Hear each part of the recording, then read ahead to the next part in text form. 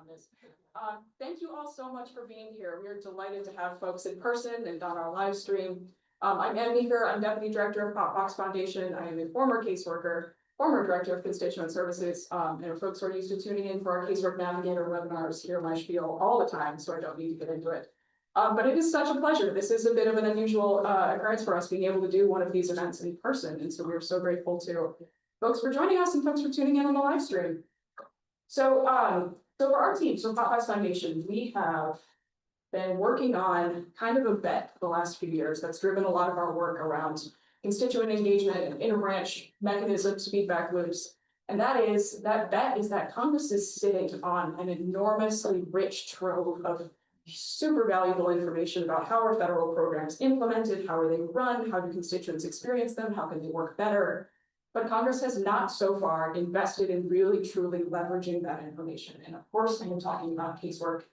But also as a former caseworker, I know this is an enormous challenge. This is really difficult. Caseworkers and policy staff live in genuinely two different worlds. And so bridging that divide, finding ways to build those working, lasting relationships between DC and policy teams can be really difficult. And so it's always a treat when we get to kind of bring folks from both sides of this world together to talk about how do you build those relationships and how do you build those feedback loops within offices? How do you make that work?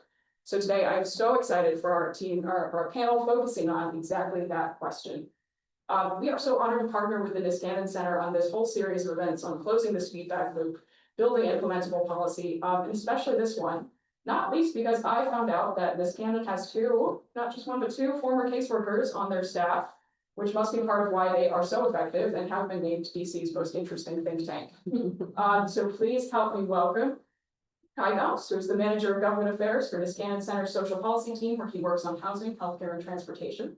He previously served as Government Affairs Associate for the Ferguson Group, and prior to that was a Legal Legislative Fellow in the Office of Congressman G.K. Butterfield, after which he was hired full-time as the office's Community Outreach and Constituent Services Liaison, handling casework related to DOJ, Bureau of Prisons, Equal Employment and Opportunity Commission, and U.S. Department of State's. Welcome, Kai. Thank you so much for being here.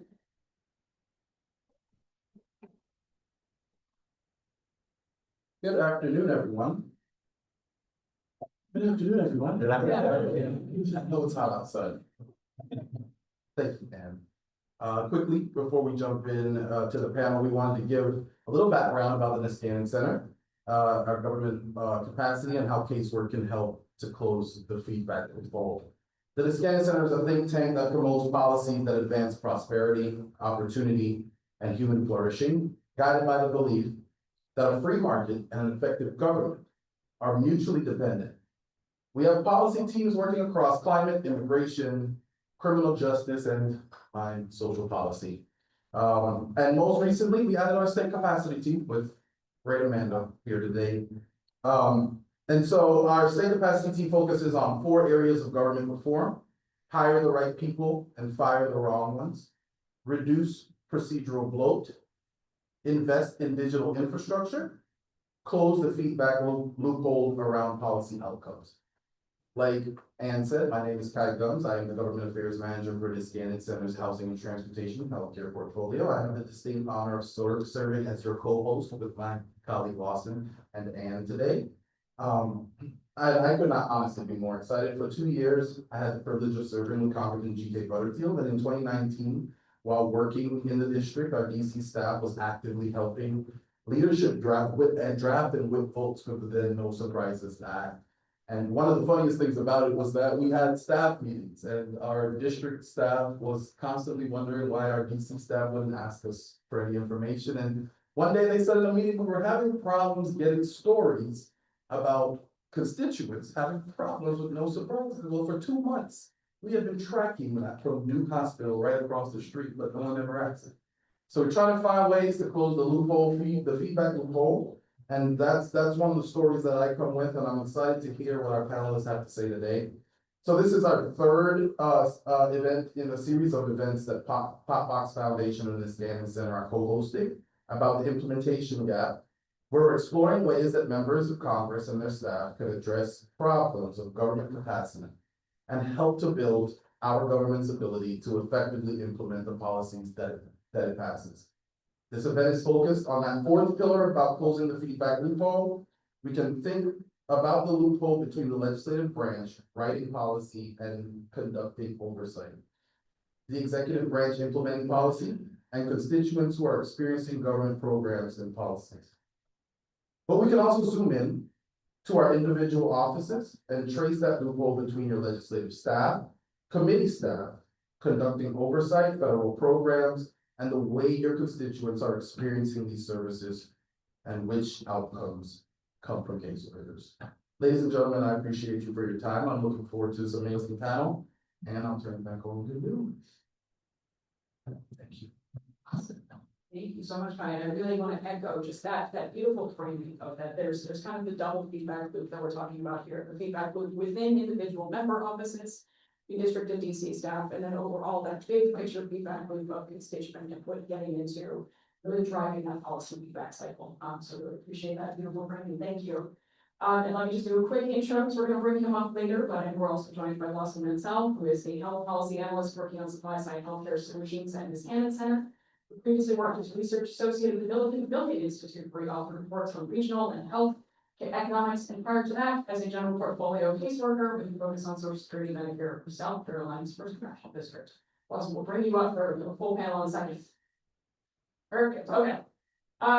So today we are so incredibly honored to be joined by a wonderful panel of folks who really know what they're talking about with building and creating and maintaining these feedback loops between district and DC. So I regularly bug casework teams across the country just to chat about, hey, how do you make this work? This is a tough job. Tell me everything about how you do it. And I had the incredible good fortune to talk to the team from Representative Loudermilk's office a few months ago, and they frankly blew my mind, and I have not been able to stop thinking about some of their stories afterwards. So we are so honored that they flew in to join us. Some of them flew in to join us today, but we have joining us Crystal Gilbert, who's the Director of Constituent Services, Representative Barry Loudermilk. Crystal has 15 years of casework experience, starting under Representative Tom Graves. Prior to joining the Graves team, she worked at the county and state level and spent 12 years in paralegal services. We also have Eric Johnson, Senior Advisor for Defense and Foreign Affairs for Representative Loudermilk. Eric leads the Congressman's national security policy portfolio, including defense, foreign affairs, intelligence, veterans affairs, and defense appropriations. We started on the team in 2017 as a field rep and continues to probably be one of the very rare policy staffers based in a district office, which we are absolutely going to talk about in a second. And then finally, Ashley Padgett, Deputy Chief of Staff and Legislative Director to Congressman Barry Loudermilk. In her current role, she leads the Congressman's legislative team in the implementation of his legislative priorities. The legislative portfolio includes Congressman Loudermilk's Financial Services Committee work, as well as tax and trade policy, and she previously handled the Congressman's work for the Committee on House Administration. We are a huge fan of from Popeyes Foundation. Thank you for taking time away from this very busy week to be here. And then finally, last but not least, the last picture, last piece of this giant puzzle is that the landscape for caseworkers, actually two pieces to this puzzle. The landscape for caseworkers and tools caseworkers have access to for developing casework data, analyzing casework data is very rapidly changing and about to change dramatically later this year, due in no small part to the incredible work behind the scenes of the former Select Committee on the Modernization of Congress and the current Committee on House Administration Modernization Subcommittee. So with that, we are delighted to have Yuri Beckelman, currently serving as Chief of Staff for Representative Maxwell Frost. Yuri began his career as a staff assistant to then Speaker Nancy Pelosi, and his extensive experience includes role as Staff Director for the Select Committee on the Modernization of Congress and Deputy Chief of Staff for Representative Mark Takano, where he advocated for enhancing Congress's science and tech capabilities. So last but not least, Yuri also brings not only the Committee on Modernization side, but also the management side as a Chief of Staff for a new office. So I'm just fangirling at this enormous panel. I want to say again, thank you all so much for being here. Let me come over so we can actually have a proper conversation. So as I said, let me grab that on the microphone. So as I said, getting started here. Team Loudermilk. A couple months ago, you all and I sat down to talk about just how does your team translate casework issues to legislation and policy work. And you had a story about working with the USPS that just blew my mind. But before we have you guys tell that story and dive in here, can you just give us a little bit of background on how your policy and your casework teams work together? Sure, thank you. Good morning, just some background just about our casework team and then Ashley and I can jump in. So in the district, we have two other caseworkers besides myself, and at the moment we do pretty much split up the agencies like a lot of offices do. So I like to catch everything, so I tend to work any federal agency, and we have tall staff, but, we have staff for social security and staff for veterans and immigration, so, we work together, we run maybe anytime 300 active cases, for our district, and we enjoy the challenge of doing that. And as we've talked about the last few years, especially since COVID, we've gone from crisis to crisis to crisis. So casework has been very different in the last 5 years than it has been previously. And I think that's where we really solidified our work together, because I have really come to the point where I depend tremendously on the ledge staff, and try to also push up information to them as much as we can. Touch on policy. Yeah, well, and this point was mentioned earlier, but I think it goes without saying, the communication and our office, it's informal, but it's also formal and the formal weekly meeting. Because yeah, sometimes the two sides aren't talking to each other or aren't sure kind of what's top of mind for people. Also, our office is very unique in that Eric does travel back and forth between the district and DC, so he brings to the district intimate knowledge of what's going on in DC and vice versa up to us. So I think that has been, like Crystal said, as we've gone from crisis to crisis to crisis, that's been essential in making sure we're able to adapt. Yeah, just to echo off that, I think we have a really good process where the constituent services team is able to share information with us. They track across all of our different portfolios, kind of the same issues that we have. They'll tell us this issue is coming up with passports back when the record center was closed, or when during COVID, when we had all the issues with small business. They were flagging with our legislative director at the time that handles small business and tax, would bring those issues to his purview, and same for me and Ashley now. So we feel like we have a really good system. Very nice. Oh, that's on. Very nice. There we go. All right, perfect. Actually, Yuri, wonder if I could put you on the spot also. So it sounds like a lot of kind of the culture of creating district and the DC staff that work together is really set by obviously the member and then obviously management. It seems like a lot of that is often set very early in the congressional office's history. Can you tell us just how you approach that as a new chief? Yeah, I mean, there's a couple of tiers here. The first one I was really proud of is we have very much a departments model.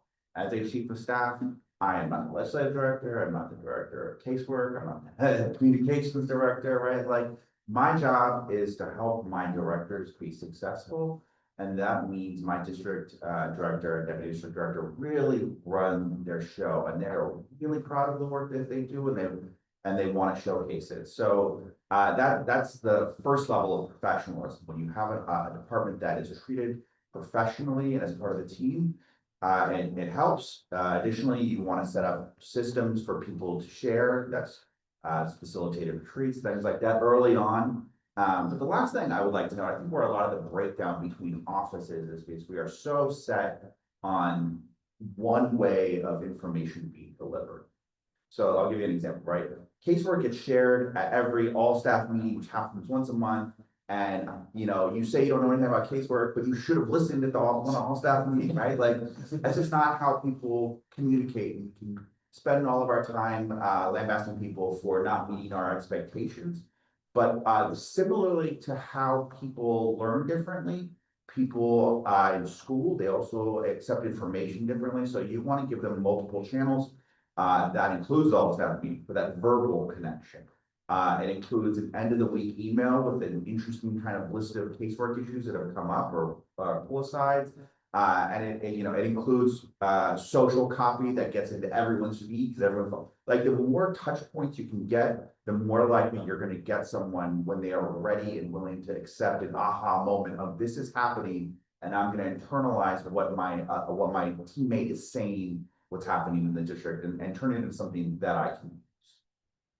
Love that. So we've already gotten a little bit into the how, and now I really want to focus in on the why. What is the advantage that's created by that working feedback loop? So I've teased this so much. Would you guys tell the USPS story? What happened? So when you've done casework for a little bit of time, you know what to expect every week. You're gonna have a couple of VA, a couple of immigration, you know what's gonna come across your desk.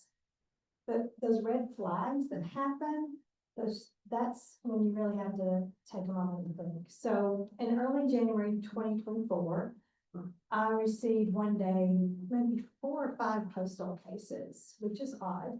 We may work normally 25 postal cases a year. It's not a big push in casework for us. Some of it was strange. The next day it doubled, and it continued to do that. And so immediately I was like, what am I missing? What has happened in the system? One of the stories that we told you, one of the first cases that I had was a gentleman, the family had cremated a family member, and he had been divided up 3 ways and shipped through the postal system, and 2/3 of him was lost. And you just can't make this up sometimes.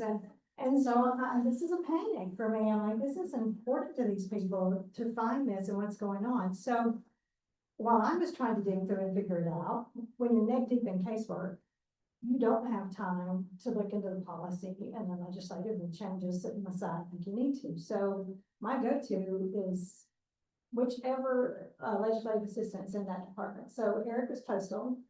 And I started saying, Eric, we have a problem, Eric. I need to know what's going on.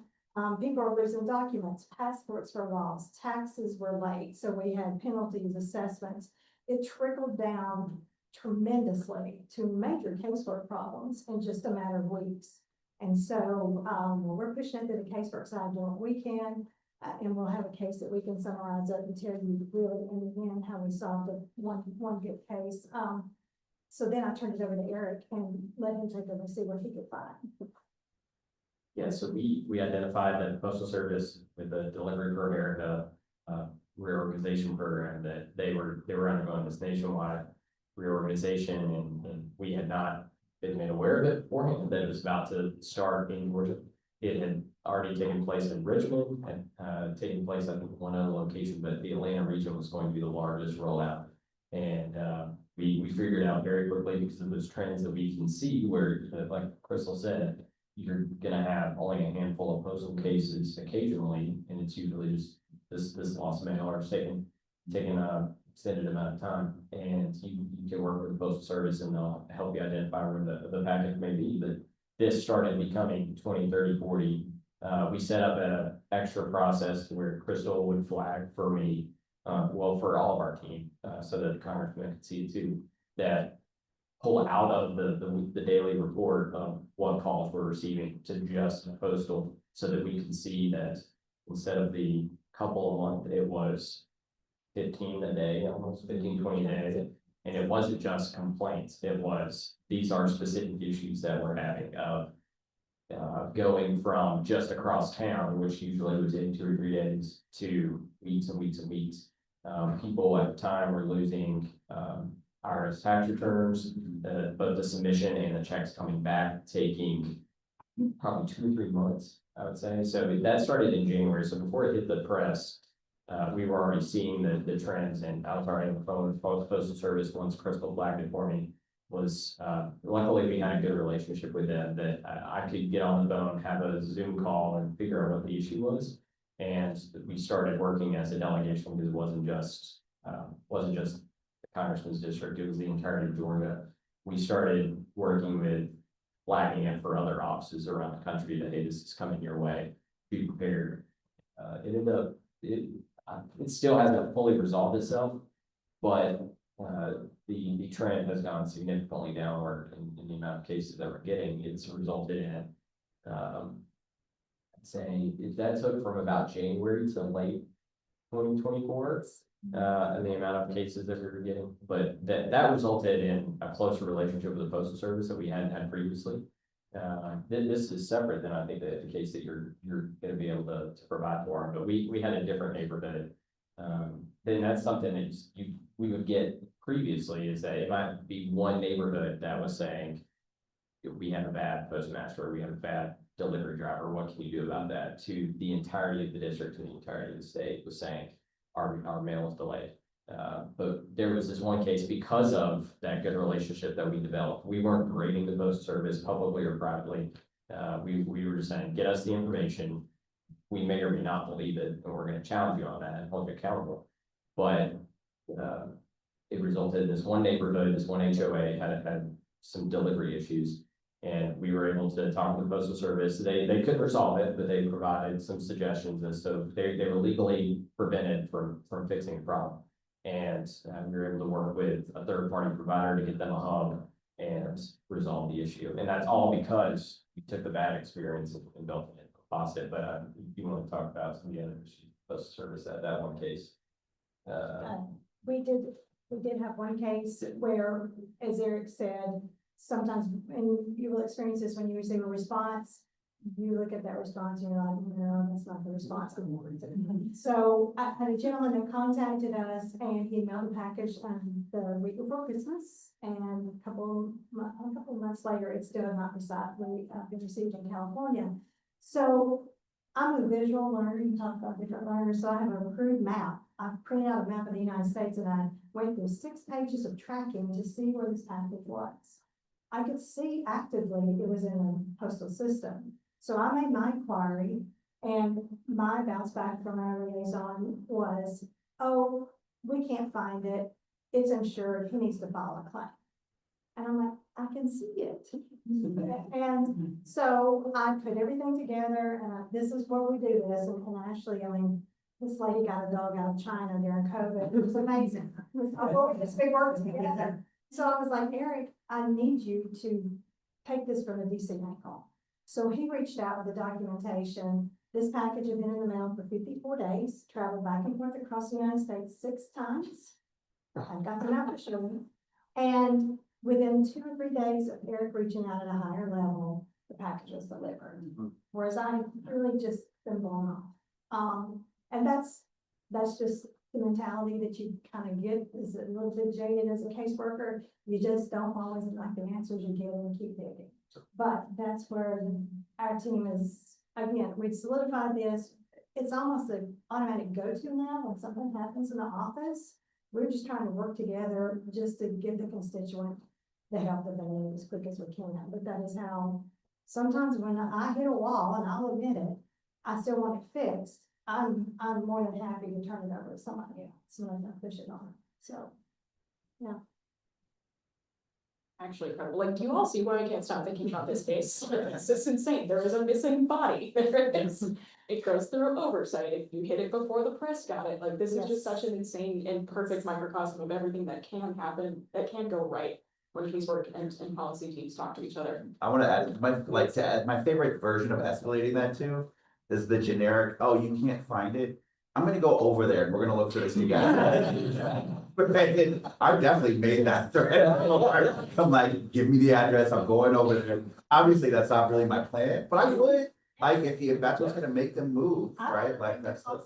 Of course. You can't pull this up, I'm gonna come over there, we're gonna do it together. That's fine. I definitely pulled some 1940 marriage certificates without counting. So I hear you. Perfect. And then, and actually, I'd love to get your thoughts on this too, because I think for a lot of teams where that dynamic just doesn't work quite as well. Sometimes the challenge is also that DC and district work on different timeframes. That DC is so fast and you're so just working around session, you're working around votes, like sometimes your timing is out of your control, whereas on the district side, timing is also out of your control when you suddenly start getting this wave of cases, and those two may not sync up. So as a legislative director, how do you think about kind of fitting district priorities into the work that your team is doing on the policy side? Well, I think from our boss, that's kind of, it comes from the top. So, you know, his priorities are what the district priorities are. And I think in a time where you do have so many competing priorities, that's kind of our North Star. But yeah, I think having, as long as we've been on the team, also our longevity helps to be able to kind of manage expectations, prioritize what's truly important. But yeah, you're just kind of flying by the seat of your pants most days, yeah. And if a bill comes from the districts, it's the dream, right? Like that's what you're hoping for. Like it's like the magical thing that opens and you stop whatever you're doing, you take it, right? That's the. Oh, yeah. being the defense staffer, I have to throw in some type of acronym. RDT&E was the acronym that I wanted to use. And the congressman really lets us have a full runway to go off. We don't have to get any approval beforehand. If we want to pursue an idea, we can take it through research, we can talk to outside groups, we can talk to some offices. And then whenever he feels like it finally needs his sign off, then we can go take it to him. So he lets us have the full runway to do what we need. Awesome, so it really echoes your point about just respecting the autonomy of each team. And I want to add on something a little to that, like why it's so valuable. Beyond that, like you are serving your constituents. We all get that, right? Like, and you want to be reactive to the people who put you in office. But let's put that aside for just a moment, which it is the most important thing. If you are trying to develop policy, it should be based around a problem that exists, not a problem that you are worried might some point exist for some people, right? Like the hardest part of, so I like to teach this class called comms and press for ledge staff, right? And ledge staff are like, well, why don't people care about this thing? And the reason is because it's not a real problem. And if you're pitching a news story, all news stories are written the same way. They're broken into a format of problem, victim, validator, solution. And your part of this whole thing is a solution, right? The hardest part of all of these is someone who is impacted by it. And if you are getting pitched by a constituent that I'm someone that this impacts me, you have solved the biggest problem part of why does nobody care about this issue? And it's even more impactful because this is someone who reached out to me, right? Like that's just 101 on doing good policy. Yeah, and that actually gets on something that will be changing for caseworkers shortly. And you're going back to your work on the select committee on modernization and modernization subcommittee. That also came up previously in this story, which is casework data, that to be able to tell when you really have a problem, yes, sometimes it's that one story, it's that one constituent who says, I have 2 pieces of my dead relative missing, which just, you gotta take that, that's too important to not run with. But sometimes you kind of want to say, well, is this just a one-off? Is this a trend that shows that there is something systemic and there is something structural here? Can you tell us a little bit about the select committee's recommendation for the casework data dashboard? Yeah. Well, let me start with a couple of stories of like the most egregious example of this in my time on the Hill. I've been on the Hill about 20 years. Was there was a massive hidden backlog of VA claims. It was so huge and it was being entirely covered up. It was leading to deaths. It was a huge scandal that led to the resignation of the Secretary of the VA. And it came about because people were reporting it. And yes, a large majority of not majority, but a large chunk, if not majority in some offices, are VA claims. So it's hard to get the signal from the noise of like, well, this is just more than normal. Are there just more veterans because of timing from separation? Like, we don't know, right? But it led to a major scandal and major reforms at the VA and how they handle claims. So that's super important. You look at our office, we have a similar issue. We have that everybody else, we have passport issues, right? But our passport issues are more specific. In that Florida, one of the largest states in the country, obviously, it has one passport office for the entire state versus similar size offices that have 2 states with 2 or 3. We are in Orlando. The only time you can get a passport appointment is in Miami during a weekday, right? Like, this is crazy. So that focused our office. Obviously, our big ask was, well, we want a passport office in Orlando, right? That's a big ask, but we also asked early for more weekend hours. I think they were doing like 3 hours once a month on a Sunday, right? Like, which is unreasonable. And we got our hours, and then we got a passport. So we made the case for it. So that was a really big win. But when I was on the modernization committee, the issue that stood out to me, and as we were discussing this, was there was a shortage of baby formula. Which was the whole, Congress was like melting down about it. Like, how could we not see this coming? And all the offices were like, well, we've been getting emails about this. Like, people have been complaining to us, and it's not something that normally people complain about. I got a lot of formula at the Target, right? And we were sitting around and we're like, well, we had all this data, but we didn't do anything with it. And now we're being super reactive. And we could have been, proactive. This would have been easy for us to get ahead of. It was a facility shutting down, right? And we should have spotted earlier and taken action earlier. And so we started developing this idea. We have first we identified the problem that like, we don't have the information in a formatted way where we can spot trends. And, you know, I'm a legislative staffer and initially before chief of staff. And a big part of our job is spotting trends, right? Like some of it is like the fire drill that happened yesterday, but some of it is, if you're really good, is in 6 months, I think we're gonna be discussing this. So let me put down a marker on that issue. And you get it wrong 2 out of 3 times, right? But when you do, you are now the person on the issue. And so spotting trends is a big part of what we do as legislative staff. And so we wanted to channel that into how do we kind of use our casework? How are we better able to spot the signal and the noise? And so we came up with this idea that we should start aggregating the data that's coming in a way that we can use. Now, the big problem we ran into in the modernization committee was that's sometimes slowed us down and never stopped us, but it slowed us down. It was not partisanship. It was nihilism. it was just like, oh, that won't work, or I would never do it because the other person wouldn't do it well. And so we stepped back and said, well, let's just let the nihilists pull themselves out of this, right? Like they don't want to participate, they don't have to participate. So offices that are more forward thinking, while still protecting PII private information, would be able to opt in and share information about trends that are happening with casework. And that led to a recommendation to build a tool, a piece of software that would do that. And it's under development. I don't know exactly what it is. You probably know more about where it is right now, but that was the idea, is that we should be using information that we already have in more thoughtful ways. Yeah, that's that. That's very exciting. And then for your team, so you mentioned how you're working with data. I'm just curious for you guys forecasting when this tool becomes available, when the data aggregator becomes available. Do you expect that that's going to change kind of how you track your casework trends, how you talk to your delegation about casework trends? How do you expect that's going to change things? I think that, and Eric will have to follow up on this because I don't know exactly where we're at with the postal service itself. We were one of 3 states that this happened to, and it was a nationwide rollout. So with this ability, we could be reporting our numbers, and then that could activate other offices to say, uh-oh, is this postal change coming to our state? How can we do grading? How can we work with, the passport agency has been amazing with the Atlanta Passport Office.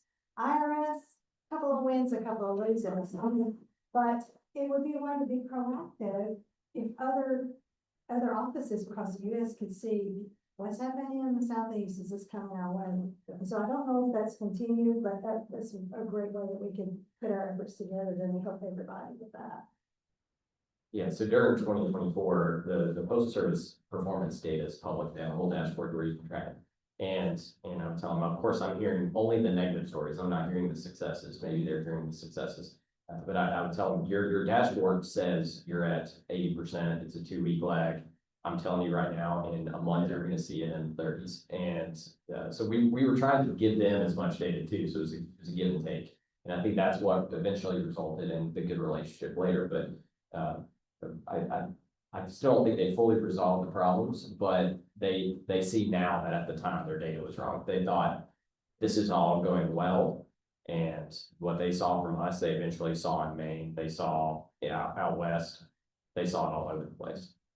That's such an important point, and I think that's maybe a little overlooked sometimes in this conversation about casework data, which is sometimes the pushback, to your point on the nihilism, sometimes the pushback on the aggregator is, well, the agencies already have that data, Congress just go get it from the agencies. But to your point, this is real-time, independently sourced and verified performance data, which is the holy grail for oversight.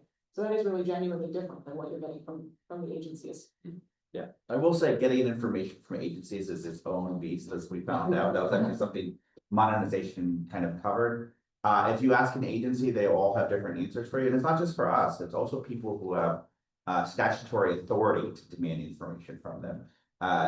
We found, so let's go through this list. So it was like CBO could get the information, but only a static shot of it, and they had to have it compartmentalized in their office. So they had to pick the same way they got it.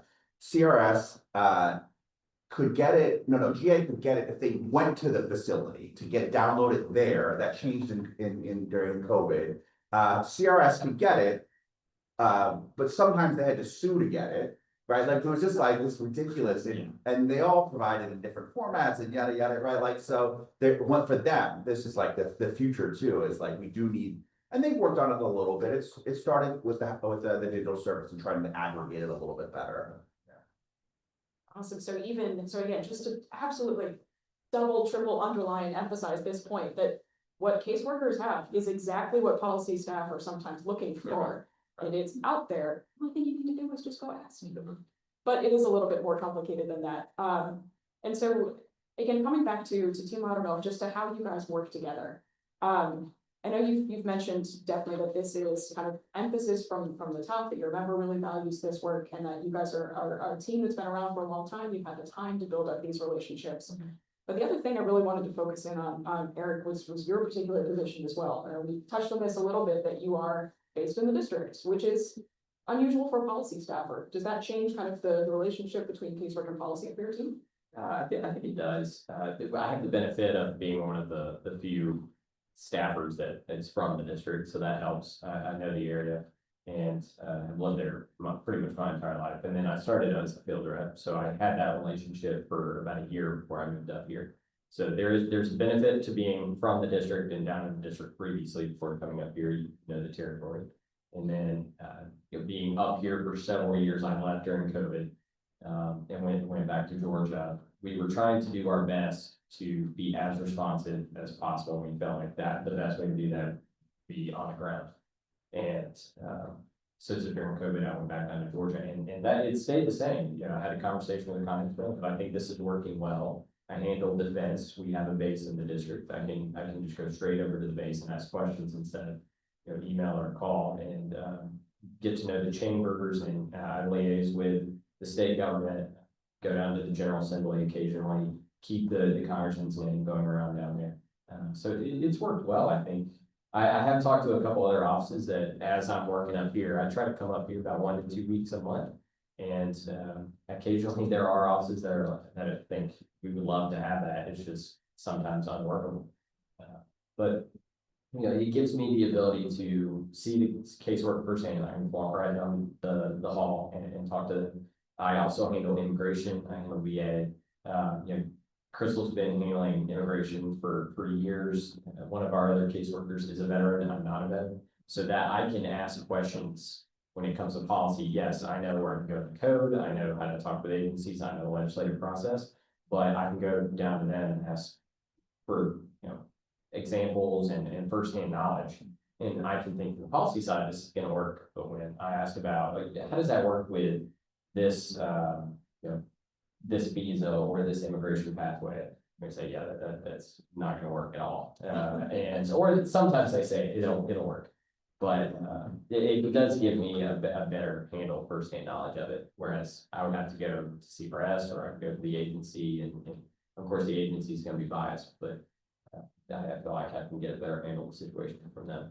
Yeah, really helpful. So again, just like the access to information is very different. Almost less limited in certain ways in the district. Yeah, and during the repatriation process during COVID, then there was during Afghanistan, during the withdrawal, I was right down the hall from her. She was handling the visa process, the SIV visa process. So as we're handling the policy debate up here, I'm seeing firsthand the cases she's receiving of people who have assisted the U.S. trying to get out of Afghanistan. And then, of course, with the bombing at the Abbey Gate, I was right there next to her to say that this process is over.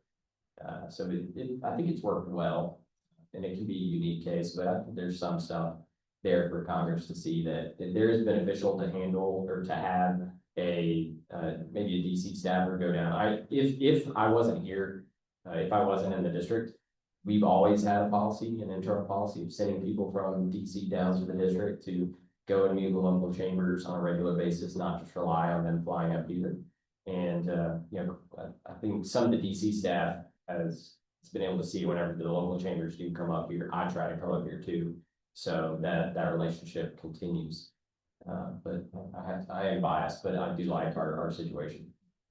That's wonderful.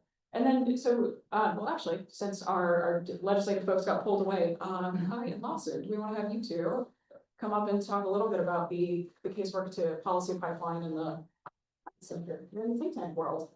So the two of you, I'd love to just kick off any reflections, reactions for what you've heard so far. Yeah, I think that my background is a little bit different in that, you know, kind of the rare pipeline of going from full-time caseworker to policy staff. And I think like a lot of really great points. I'm just really excited to see in office kind of model this partnership. I do think that it's most in terms of like transformational power of this sort of partnership, I think is more on the idea generation side. Because, you know, obviously there's the idea of like a legislator has an idea, and then they can go to, you know, the caseworker and say, hey, are you hearing anything on this issue? And that's definitely, I think, beneficial. But I think more so it's legislators are constantly looking for ideas. They're looking for something unique, something that their member can like get ahead on, identify trends. And that's, I think, to the point you guys are making, that's where this is really transformational, is you can kind of see something early before them. Most of the time it's a media story that usually picks something up, or it's a congressional hearing that picks something up. But an office can be kind of, you know, there's a kind of a regional incubator of sorts where you can pick something up quickly and then, you know, communicate that to a legislator, and then you can take one constituent's problem, not only solve it, but turn it into a like statutory solution. Not just solve that in, you know, that one kind of isolated instance, which, you know, caseworkers are also not doing, but also potentially larger solutions. So I think that's transformational for sure. Yeah, a number of times I've heard from good caseworkers, like, hey, they just put us in charge. I agree. Congressman go on vacation. Yes. Yes, in my fantasy world, my fantasy league. My fantasy Congress league.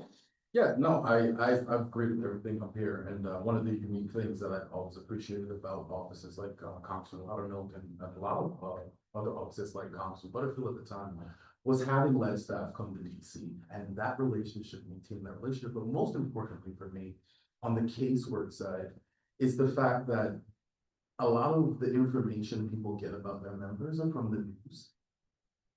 And casework is really the engine of a lot of offices that keep members in office anyway. And it's not all the work that we're doing on the Hill all the time.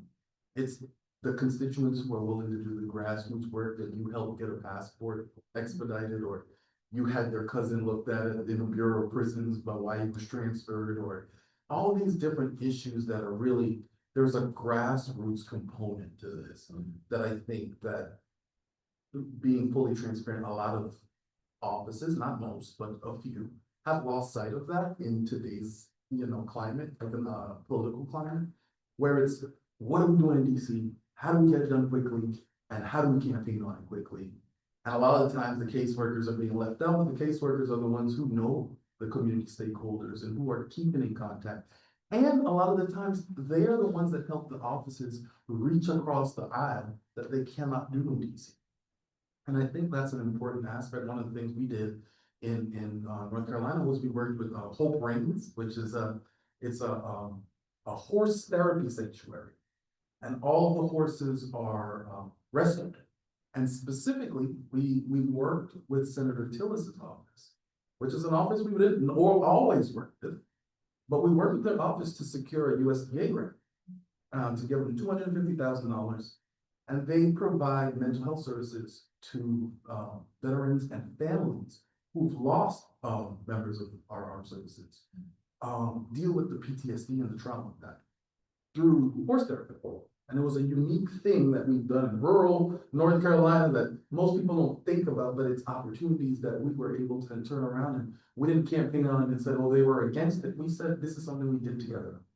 And I think constituent caseworking with constituents plays a unique role. Absolutely. I'm really glad you brought up the bipartisan aspect of this, because that was something I wanted to ask our team up here about. So we've talked about kind of ways that caseworkers are kind of siloed, where casework data is siloed between offices, but at the same time, what may not always be visible in DC is that caseworkers are extraordinarily networked with each other across the country on both sides of the aisle. Crystal, especially, I know a lot of this came out of the work caseworkers did in responding to the Afghanistan withdrawal. Can you just talk a little bit about how are caseworkers organized and how can that be a vehicle for building bipartisan relationships? So that was so much influx of information happening instantly. And I knew from the things that Eric was telling me, I might have days, maybe weeks to help people get out.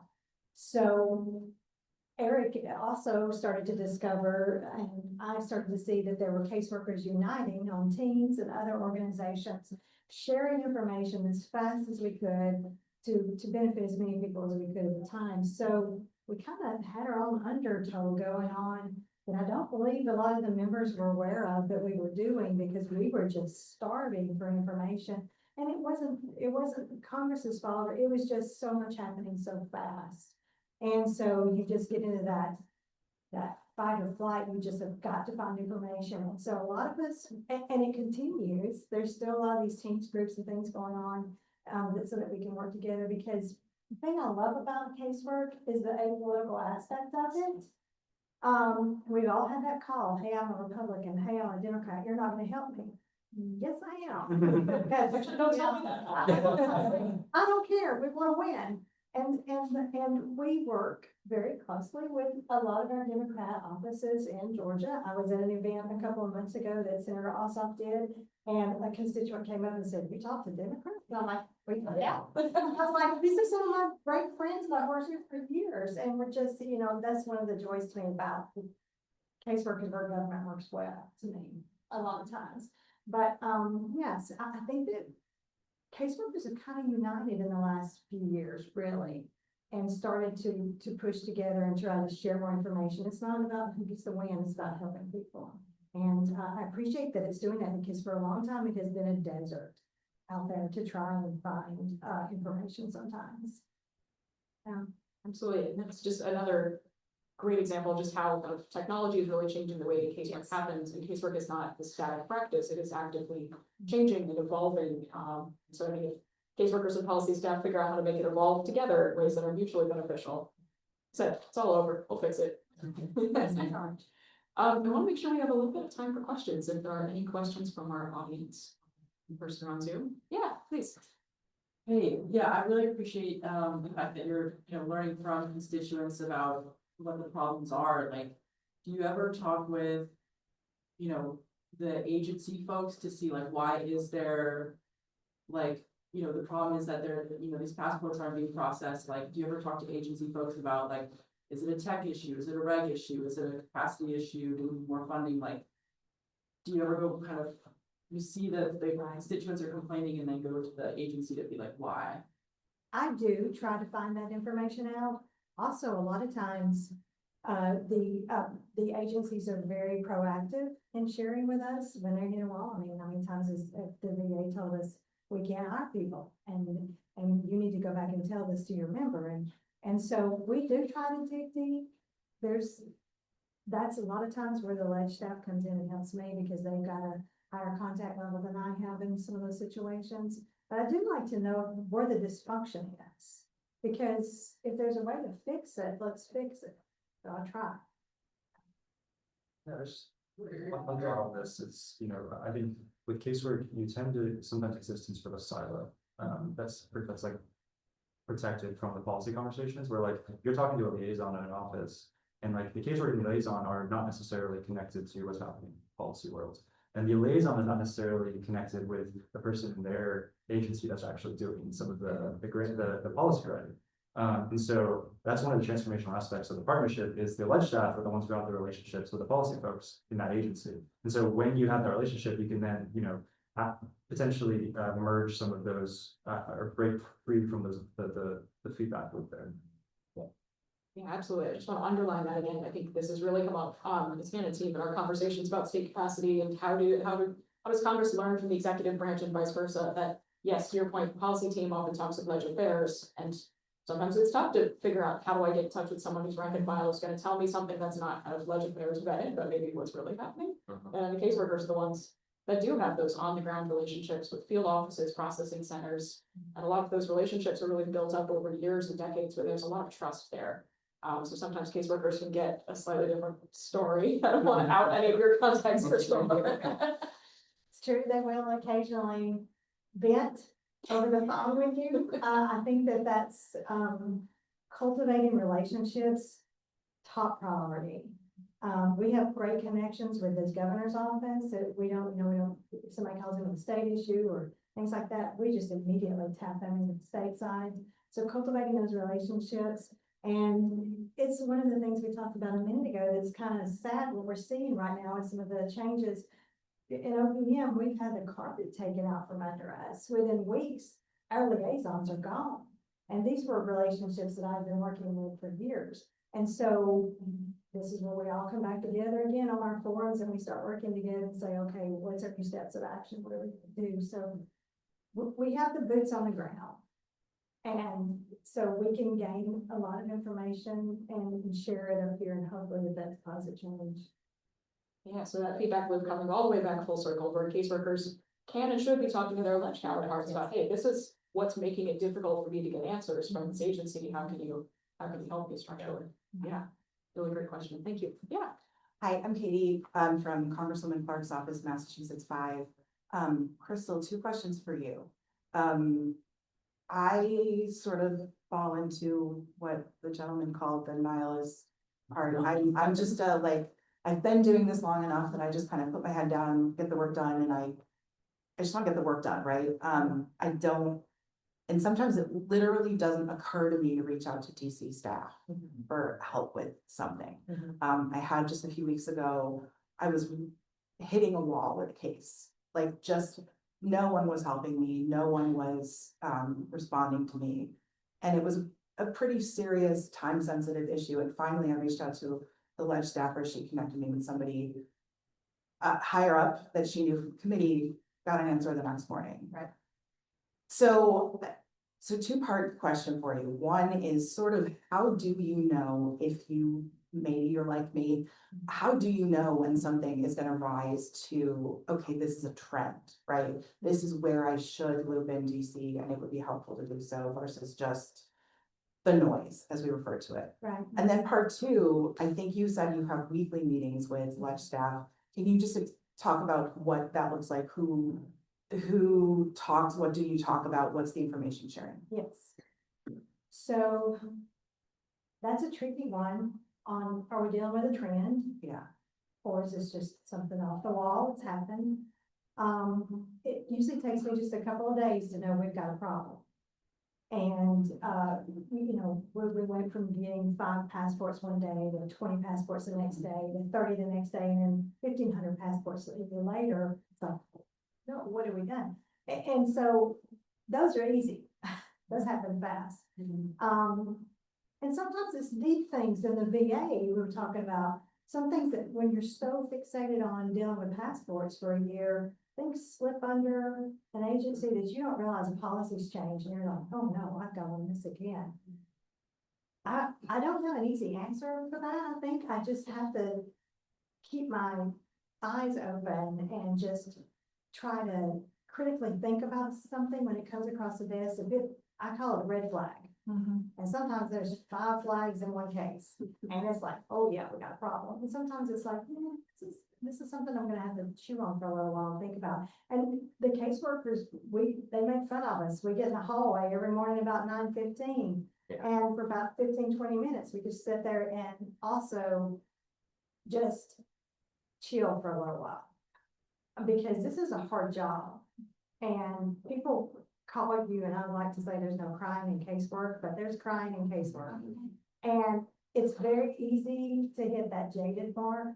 I've been there, and it's when I'm in that place, it's harder for me to catch things like that. So take some time and never hesitate to make that relationship with your DC staffers. And we have weekly meetings.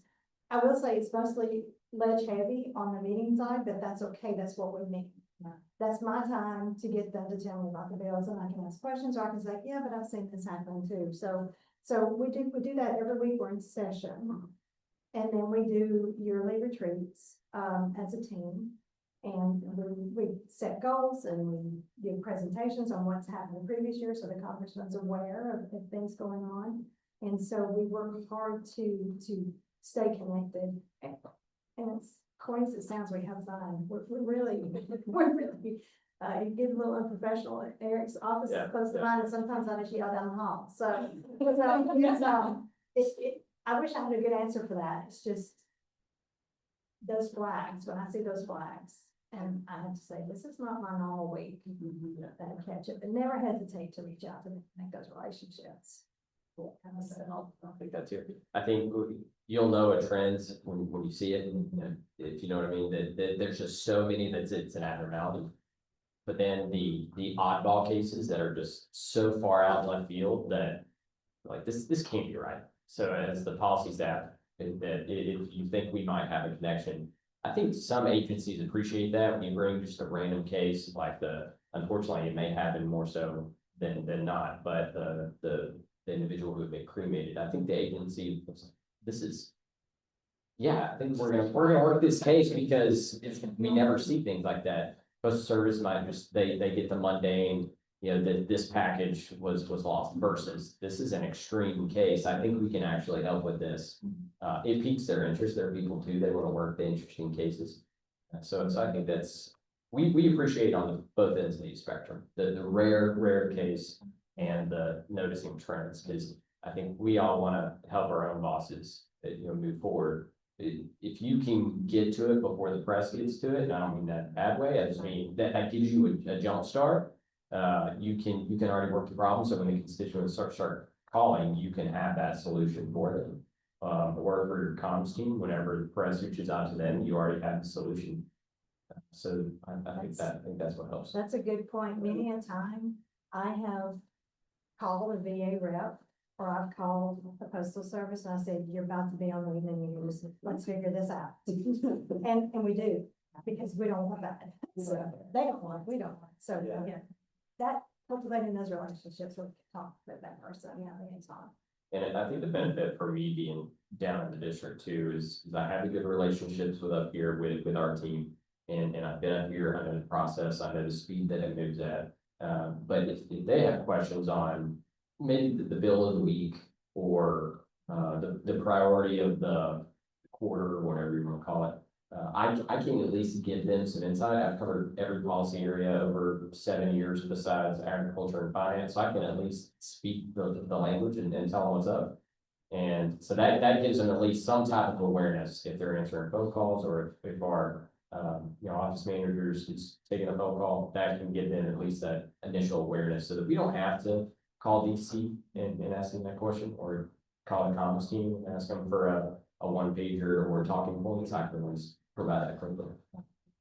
Awesome. The last thing, we are so close to time. The last thing I'll say on that too is the data aggregator is also, I hope, going to be a tool for caseworkers, especially in teams that some offices just get a higher volume than others, and it's easier to spot trends in a higher volume office. So I think we're also hopeful with that aggregator project that it will be a good tool to kind of ground truth for using against nationwide trends. Folks, we are at time. One more question. We have 2 questions here. Oh, So let me just say, if folks have to head back to legislative duties, go for it. We appreciate you being here. Let's handle the last couple questions here. Yeah. Thank you so much, I appreciate it. So Lauren Vernon with Representative Stansbury's office, and I was really excited to see this, because I'm a legislative director for the Congresswoman who's actually moving out to the district, this month. So, this is very exciting. And one of the things that we've seen is some of our caseworkers often have better insight into what projects are needed for, especially for big legislative packages. Can you guys talk about what work you guys do on the casework side to get into some of those like appropriations packages, WARDA, Farm Bill, any of those larger packages? Yeah, you'll have to give me a second because I'm trying to look through history too. No, I mean, we definitely do. It's with appropriations packages. I'll take the tax cuts and jobs act. This was fresh when I started.